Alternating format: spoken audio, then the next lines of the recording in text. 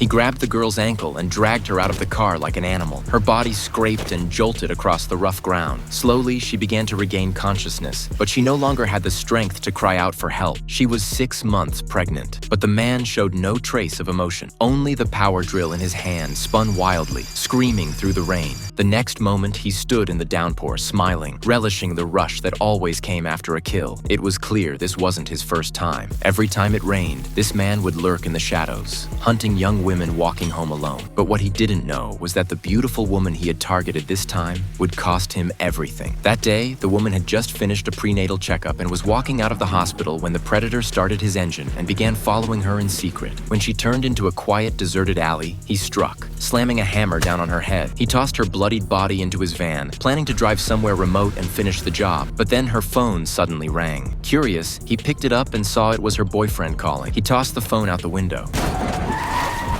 Distracted, he slammed into a truck ahead of him. The truck driver got out, ready to confront him, but the man showed no emotion. He simply floored the gas and sped off. Nearby, patrol officers were notified of the collision and quickly responded. Oddly, the crash had been caused by the truck driver suddenly changing lanes. But what baffled the officers was why the other driver had fled the scene in such a panic. While investigating the area, one officer spotted a woman's phone lying by the roadside. That's when the gut feeling hit. Something was very wrong. He jumped into his cruiser and gave chase. They didn't yet know they might be on the trail of the elusive serial killer who'd long tormented the department. What they didn't realize was that the man had already murdered the girl and was now basking in the euphoria of another kill. The pursuit continued until dusk. At a traffic light, the officers finally caught up to the van. Under the pretense of a routine inspection, they opened the trunk and found bloodied strands of hair. The driver and vehicle were immediately taken into custody. When they examined the interior under UV light, the gruesome truth came to light. The van was splattered with the blood of multiple women. At last, the identity of the serial killer was confirmed. Officer Jack was filled with a sense of victory until the moment he glanced at the list of victims and saw his own sister's name.